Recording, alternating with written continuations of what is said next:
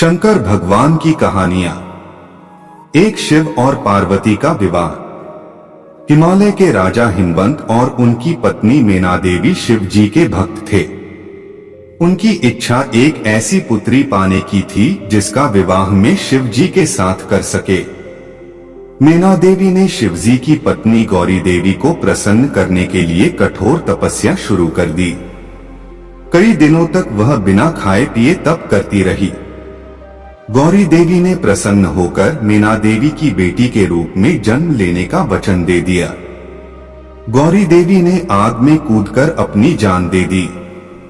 इसके बाद उन्होंने मैना देवी की बेटी के रूप में जन्म लिया, जिसका नाम पार्वती रखा गया। पार्वती ने जब बोलना शुरू किया तो उनके मुंह में पहला शब्द शिव ही निकला। बड़ी होकर वह बहुत सुंदर युवती बनी। इस बीच शिवजी ने अपनी पत्नी की मृत्यु से दुखी होकर लंबा ध्यान शुरू कर दिया था। हिमवंत को आशंका हो रही थी कि शायद शिवजी गहन ध्यान में होने के कारण पार्वती को पत्नी के रूप में स्वीकार न करें। उन्होंने समस्या के समाधान के लिए नारद को बुलाया।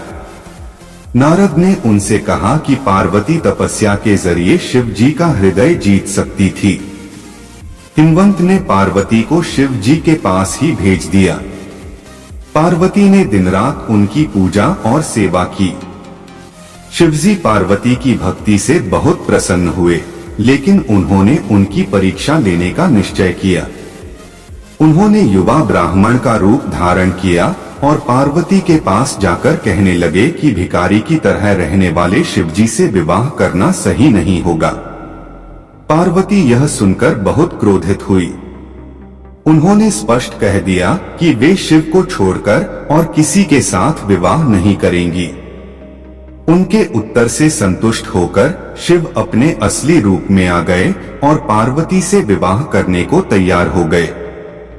हिमवंत ने धूमधाम से दोनों का विवाह कर दिया। दो कार्तिकेय की कहानी।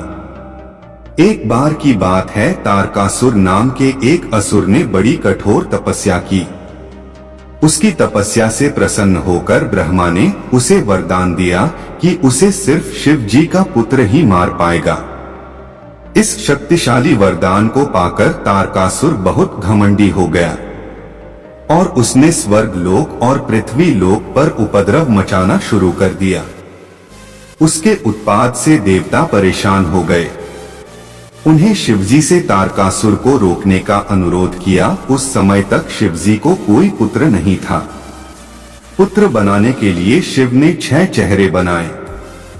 हर चेहरे पर एक तीसरा नेत्र भी था। इन आंखों से चिंगारियां निकली और उनसे 6 बच्चे बन गए। शिव की पत्नी पार्वती बहुत प्रसन्न हुई और सभी बच्चों को गोद में लेकर गले से लगाने लगी। उन्होंने इन बच्चों को इतने जोर से गले लगाया कि 6 बच्चे मिलकर 6 सिर वाले एक बच्चे में बदल गए। इस बच्चे का नाम कार्तिकेय रखा गया। इस प्रकार शिवपुत्र कार्तिकेय ने देवताओं की सेना लेकर तारकासुर से लड़ाई लड़ी और उसे मार डाला। तभी से कार्तिकेय को युद्ध का देवता कहा जाने लगा। 3 व्यापारी का बेटा भगवान शिव की कहानियां। एक धनी व्यापारी था। उसके मन में एक बेटे की चाहत थी। उसने शिव की पूजा की। शिव जी ने उसे पुत्र प्राप्ति का वरदान दिया, लेकिन यह भी कहा कि वह पुत्र केवल 12 वर्ष तक ही जीवित रह पाएगा।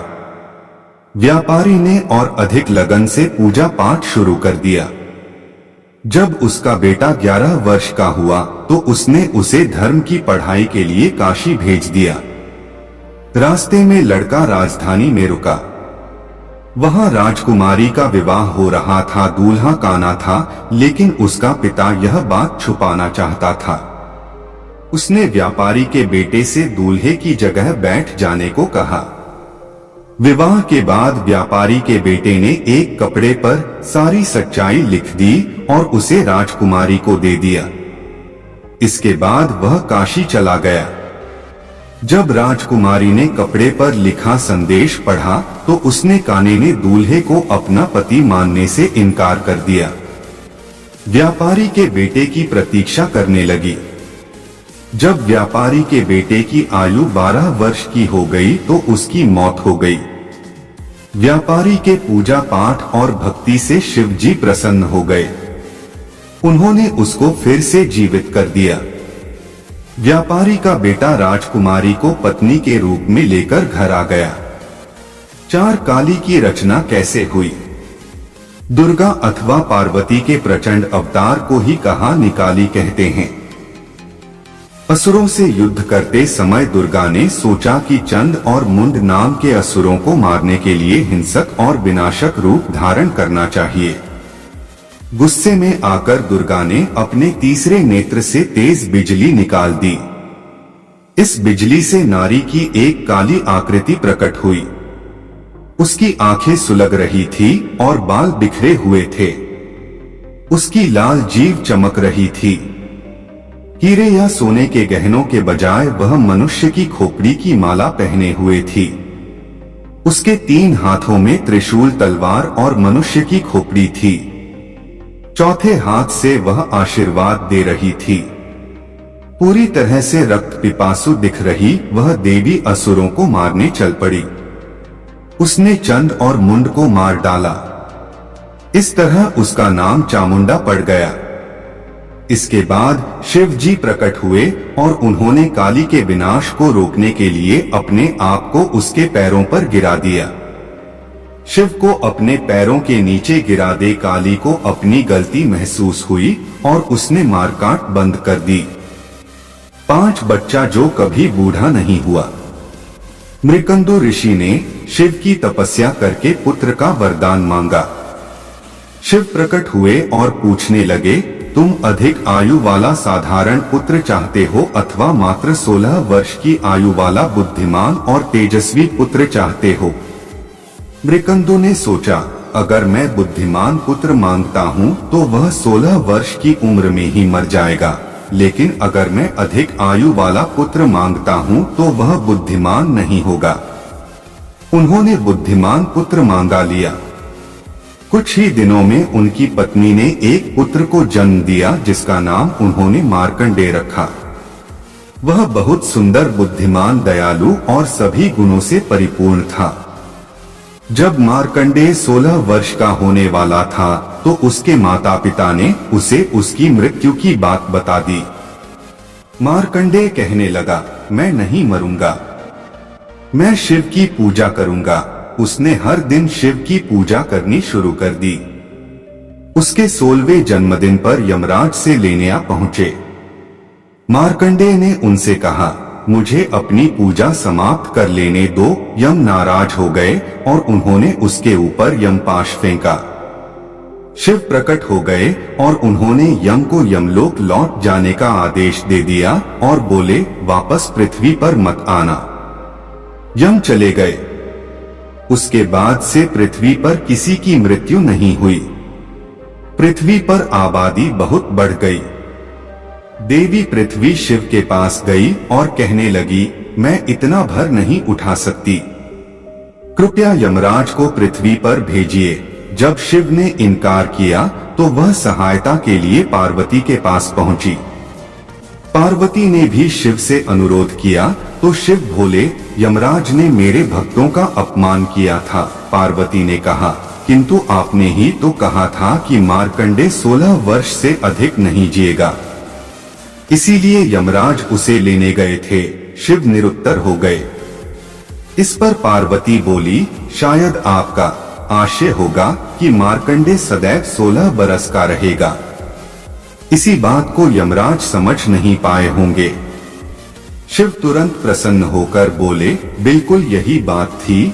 उन्होंने तुरंत यमराज को पृथ्वी पर जाने की अनुमति दे दी और मार्कंडेय सदैव 16 वर्ष का ही रहा। 6 शिव और सती की कहानी। ब्रह्मा के बेटे दक्ष की सती नाम की बेटी थी जो शिवजी से प्रेम करती थी और उनसे विवाह करना चाहती थी। दक्ष अपने आप को शिव से बड़ा मानते थे, इसीलिए उन्होंने सती की बात नहीं मानी। शिव और सती ने दक्ष की इच्छा के बिना ही विवाह कर लिया। एक दिन एक समारोह में शिव ने दक्ष के सामने खड़े होकर उन्हें प्रणाम नहीं किया। दक्ष ने बहुत अपमान महसूस किया। उन्होंने बदला लेने की ठान ली। दक्ष ने एक यज्ञ कराया और उसने शिव को छोड़कर सारे देवताओं को आमंत्रित किया। सती को बहुत बुरा लगा। वह अपने पिता से मिलने पहुंच गई। दक्ष ने सबके सामने शिव का अपमान किया। सती यह नहीं सह पाई और उसने यज्ञ की आहुति में कूदकर अपनी जान दे दी। क्रोधित होकर शिव ने समूचे ब्रह्मांड को नष्ट करने के लिए विनाशकारी नृत्य तांडव शुरू कर दिया। ब्रह्मा ने प्रकट होकर शिव से क्षमा मांगी। शिव मान तो गए, लेकिन उन्होंने दक्ष को शाप दे दिया कि उनका सिर हमेशा बकरी का रहेगा। बाद में सती ने पार्वती के रूप में फिर से जन्म लिया। 7 चंद्रमा ने अपनी रोशनी कैसे गंवाई। राजा दक्ष प्रजापति ने अपनी 27 बेटियों का विवाह चंद्रमा के साथ कर दिया था। विवाह के समय उन्होंने चंद्रमा के सामने शर्त रखी थी कि वह अपनी सभी 27 पत्नियों के साथ समान व्यवहार करेगा। चंद्रमा एक एक रात अपनी हर पत्नी के महल में बिताता था, लेकिन अपनी रोहिणी नाम की पत्नी से वह अधिक प्यार करता था। जिस रात को वह रोहिणी के महल में जाता, उस रात वह सबसे अधिक चमकता था। उसकी शेष पत्नियों को यह बुरा लगता था। उन्होंने अपने पिता से इतनी शिकायत की। दक्ष प्रजापति ने चंद्रमा को श्राप दे दिया कि वह अपनी चमक खो देगा। दिन में सूरज चंद्रमा को अपना दिव्य प्रकाश दे देता था। रात में चंद्रमा दिव्य पेय सोम पीता था, जो कि देवताओं का पेय था। दक्ष के श्राप के कारण देवता अपनी शक्ति का स्रोत हो बैठे। दे सहायता के लिए ब्रह्मा के पास पहुंचे। ब्रह्मा की सलाह पर चंद्रमा ने 1 करोड़ बार मृत्युंजय मंत्र का जाप किया। इससे शिव जी प्रसन्न हो गए और उन्होंने चंद्रमा को श्राप से आंशिक रूप से मुक्त कर दिया। अभी से चंद्रमा सिर्फ कुछ रातों में ही चमकता है।